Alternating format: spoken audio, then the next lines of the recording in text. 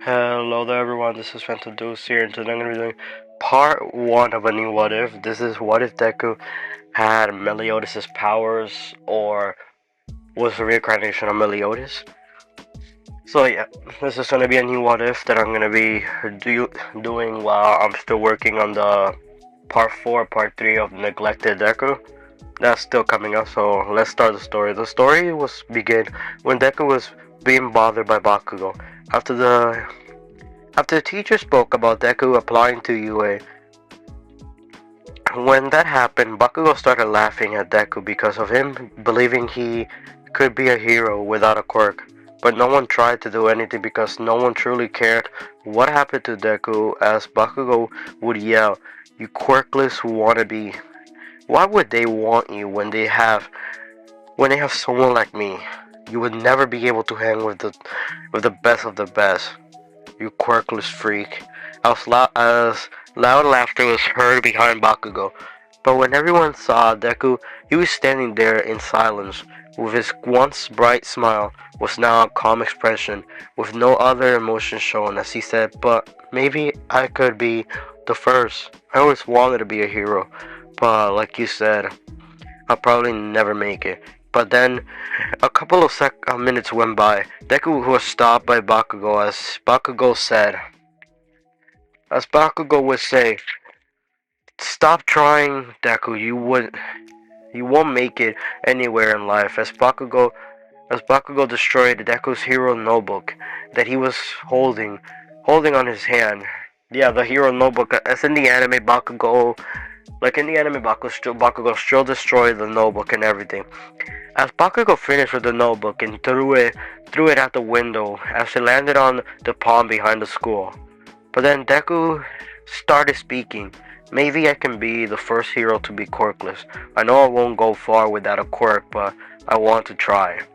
Where after a couple of seconds of Bakugo listening to Deku, we see Deku flying through 4 of the school walls, where the people that follow Bakugo started saying, "Bakugo, you might have overdone it this time. He probably won't be able to move. Look at where he's at. Let's leave before anyone comes." And this has happened after school. This was at the end of the school. Everybody was already leaving, but Bakugo and his followers were still here. But where after a couple of minutes of Bakugo staring at Deku's silent body, he decided to leave. But then after they left, Deku's body fell onto the floor. As we see a couple of seconds later, we see Deku's right hand release some type of black energy, where it started to get bigger and bigger and cover his entire body. As we see Deku's thoughts, where a man with blonde hair appeared and says, "Maybe my gift isn't a curse. I hope you do better than me with your life and this power."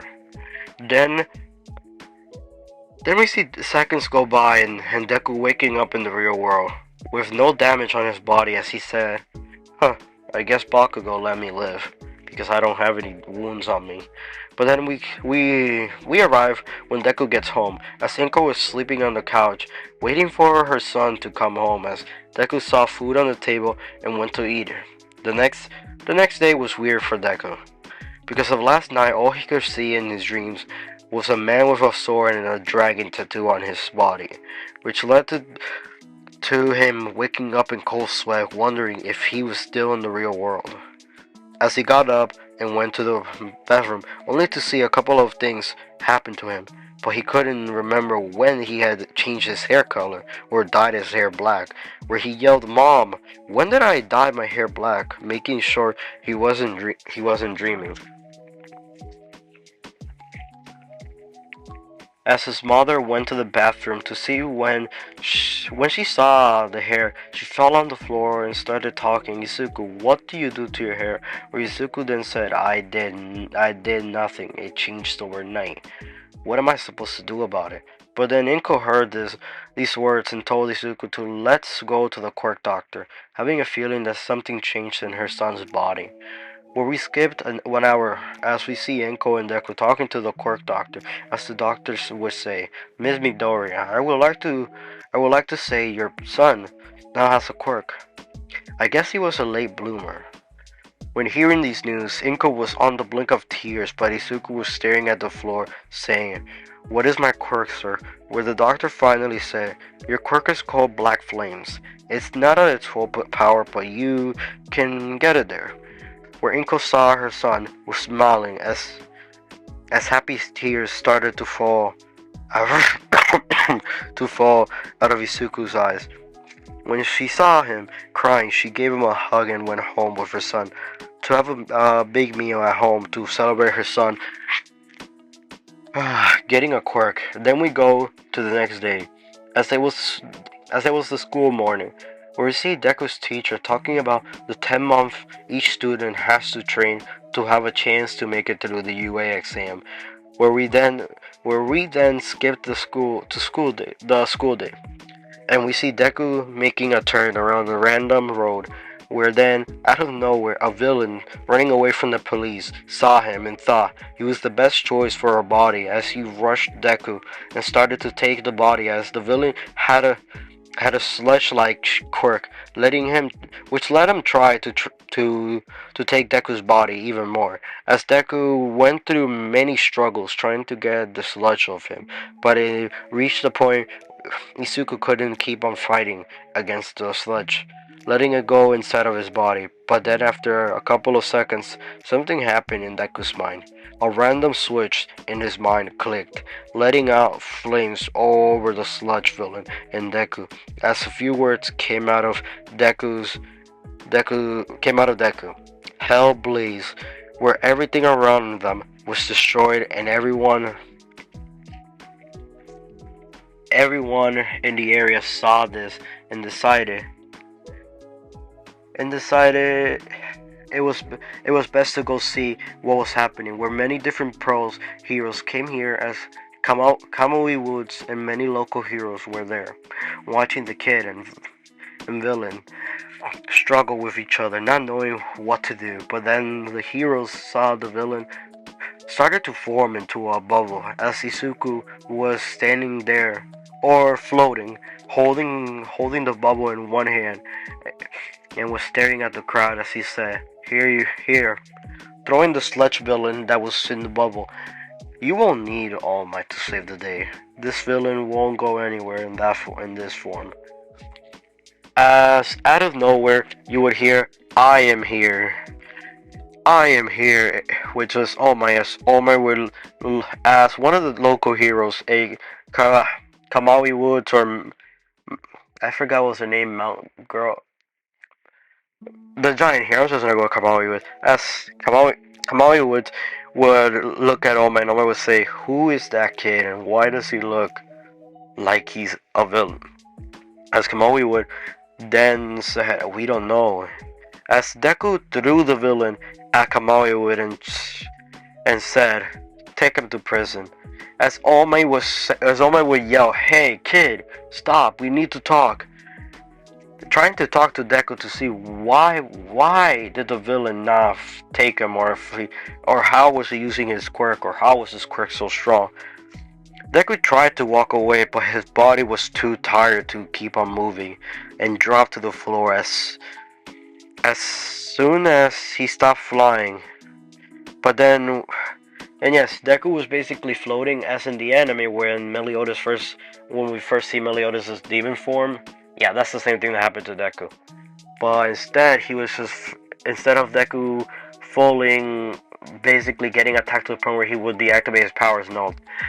His powers deactivated and he fell onto his face. But then we see All Might going towards the kid as he grabbed Isuku before he fully reached the floor and said, "This kid might be something interesting in the future. Let's leave him alone." As the parts with Bakugo getting attacked by the sludge villain, Deku meeting All Might and having the speech, that's not gonna happen. That's just gonna be long behind the story. I changed that part of the timeline. As All Might gave As All Might gave Izuku to Kamaui Woods and told him, take him to the hospital. We skip a couple of hours and we see Deku laying in the hospital with his mom next to him, waiting for her child to wake up. Where we then go to Izuku's mind and we see Izuku walking around a foggy area where nothing was seen but purple fog as Izuku kept on walking until he found a cliff. At the end of the mist, the mist had nothing else but the end. And so basically telling Izuku that if he were to fall, it's the end. There was nothing else but darkness underneath there. As in the mist, someone would speak, say, I'll see you down there. As the boys would disappear, and Deku would suddenly fall off the cliff and start falling into the darkness. As the huge amount of darkness would be swallowing Deku, taking him straight into the empty void of his mind. As in the empty void of his mind, Deku would see many different things that happened. Memories of his life of when he had no quirk, memories of getting bullied by Bakugo, and memories of him not knowing who his father was. Only seeing only his mother. As Deku then looked around in the empty void that he was in, because he wasn't falling anymore, he was just floating. He was able to see in the darkness because for some reason around him there was light. As he continued floating towards something that was attracting him in his mind. The more he flowed, the more stronger the force of the attraction was taking him in. As Deku then looked at a bright light at the end of the darkness and said, "Huh, maybe this is where I was being attracted to." As Deku kept on walking towards the light, and when he finally reached the light, something grabbed him and threw him in. When Deku was fully engulfed by the light, he saw one person, a blonde-haired man and a silver-haired girl. The blonde-haired man was shorter than the silver-haired girl. As Deku suddenly jumped up on his legs, did a backflip, landing on his legs and looking at the man as he said, "So, who are you guys and why are you in my mind?" As the blonde-haired man said, "Relax, you're actually not in your mind. You are, let's say, quote-unquote dead and alive at the same time." As Deku looked at both of them and said, "So, you're telling me I'm dead?" As both of the people would tell him yes and no. You're dead, but not really because your soul is here. So why am I saying it's even dead? You're even dead. Your soul is here, so and your body's and your real body's in your world, laying down, being taken care of by the doctors. As Deku would say, "What do you mean in my world?" As the sober hair lady would say, "You're in a different world, kid." As Deku would look at them and say, "Huh, that's interesting. No wonder nobody could guess since this is a different world, right?" As Deku would look at them and give them a sarcastic look, as they would the blonde-haired man would laugh and say, "Yeah, you're right. But first things first. Let me introduce myself. I'm Meliodas. And this is Elizabeth. Oh, you are in the demon world."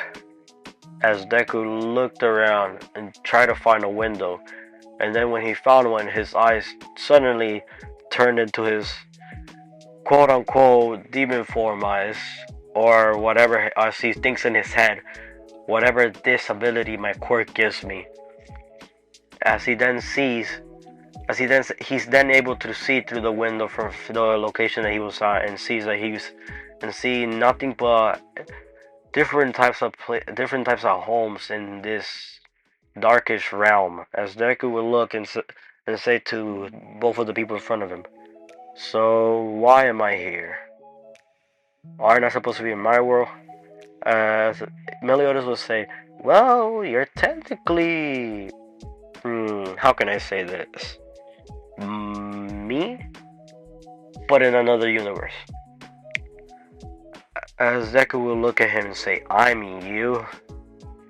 Then Elizabeth will snap, summoning a mirror to point it at Deku. As Deku will realize him and the blonde man look similar, just that one has black hair, and just that one has black hair, the other one has blonde hair. As Deku will say, "Huh, so we do look alike."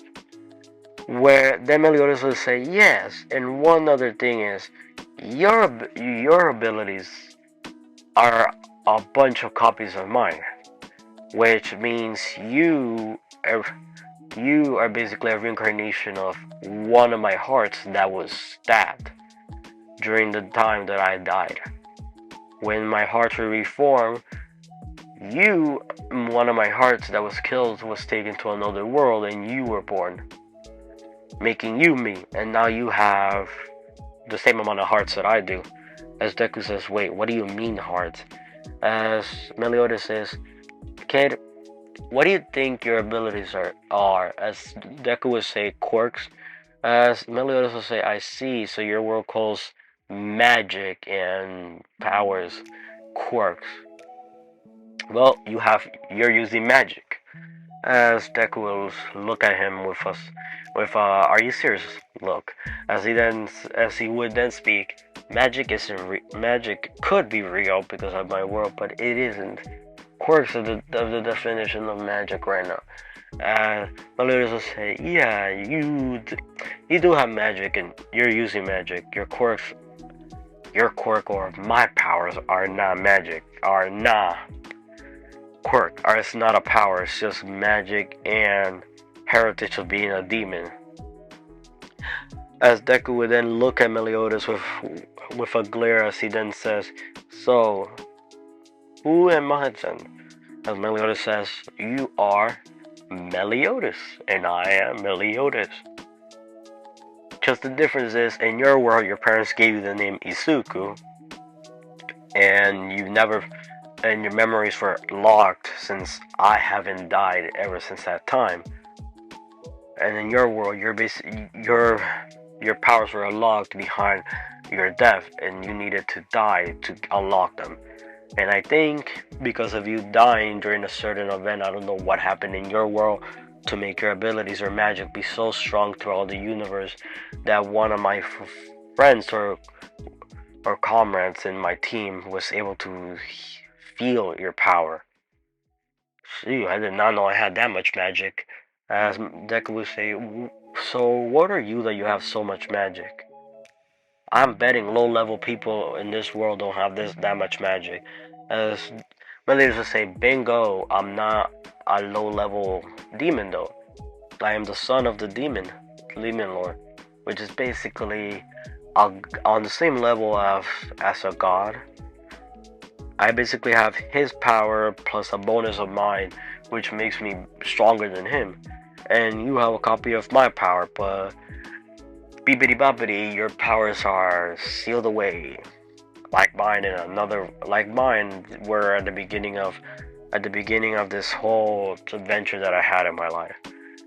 My powers are sealed off, and yours are sealed off too. And in your world, people are watching you, and since they know you have my powers, my heritage, my memories. They sealed your powers, and now you or me are in the same scandals, and the same scandals I was here in your world." As Deku looked at Meliodas and just said, "Alright, so I have half of my power." And Deku would say, "And my powers are strong enough to destroy a city."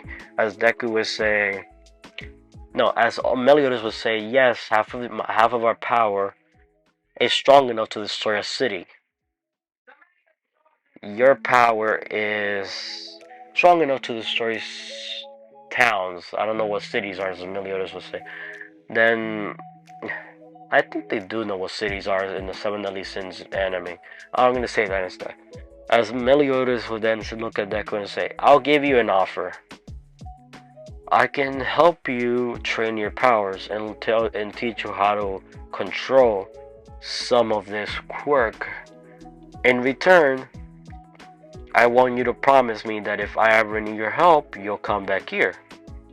As Deku looked at Meliodas and just said, alright, the deal.